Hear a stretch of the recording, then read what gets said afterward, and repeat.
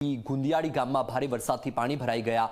Causeway પર પાણી ભરાતા કાર પણ ફસાઈ ગઈ। કાર ફસાઈ હોવાના દ્રશ્યો સામે આવ્યા છે। સ્થાનિકોએ ગાડી બહાર કાઢવાના પ્રયત્નો કર્યા। તો આ દ્રશ્યો તમે જોઈ રહ્યા છો કચ્છના માંડવીના છે કે જ્યાં ભારે વરસાદના કારણે કોઝવે પર પાણી ભરાતા કાર ફસાઈ ગઈ હતી। કાર ફસાઈ હોવાના દ્રશ્યો સામે આવ્યા છે। સ્થાનિક લોકોએ કાર બહાર કાઢવાના પ્રયત્નો પણ કર્યા।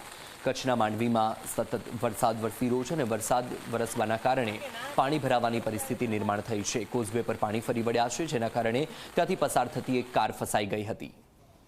અનરાધાર વરસાદમાં કચ્છનું નખત્રાણા પાણી પાણી થયું છે। નખત્રાણાની પોસ્ટ ઓફિસમાં પણ વરસાદી પાણી ઘૂસી ગયા।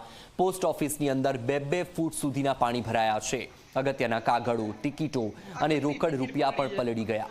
ચોમાસામાં દર વર્ષે આવી સ્થિતિ થતી હોવાનો દાવો કરવામાં આવ્યો છે। સરકાર દ્વારા યોગ્ય વ્યવસ્થા થાય તેવી લોકોની માંગ છે। તો આ દ્રશ્યો જુઓ તમે। આ દ્રશ્યો છે નખત્રાણાની પોસ્ટ ઓફિસના।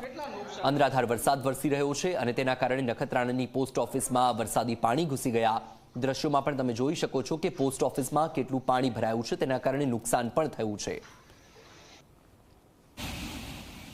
તો કચ્છના માંડવીના ગ્રામ્ય વિસ્તારોમાં ધોધમાર વરસાદ। કોડાઈ ગામ પાસેની રૂકમાવતી નદીમાં ઘોડાપૂર આવ્યું છે। કોડાઈ મદનપુર નદીના પાણી રસ્તા પર ફરી વળ્યા। રૂકમાવતી નદીમાં વરસાદી પાણીના પ્રવાહ વધતા હાલાકી।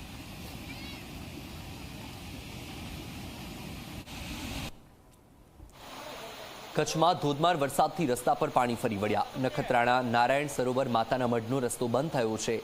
નખત્રાણા લખપત રાજ્ય ધોરીમાર્ગ અવરોધાયો। મથલ પાસે નદીના ડાયવર્ઝન પર વરસાદી પાણી ફરી વળ્યા તો નખત્રાણા પાસે વોકળામાં પાણી વહેતા રસ્તો બંધ થયો।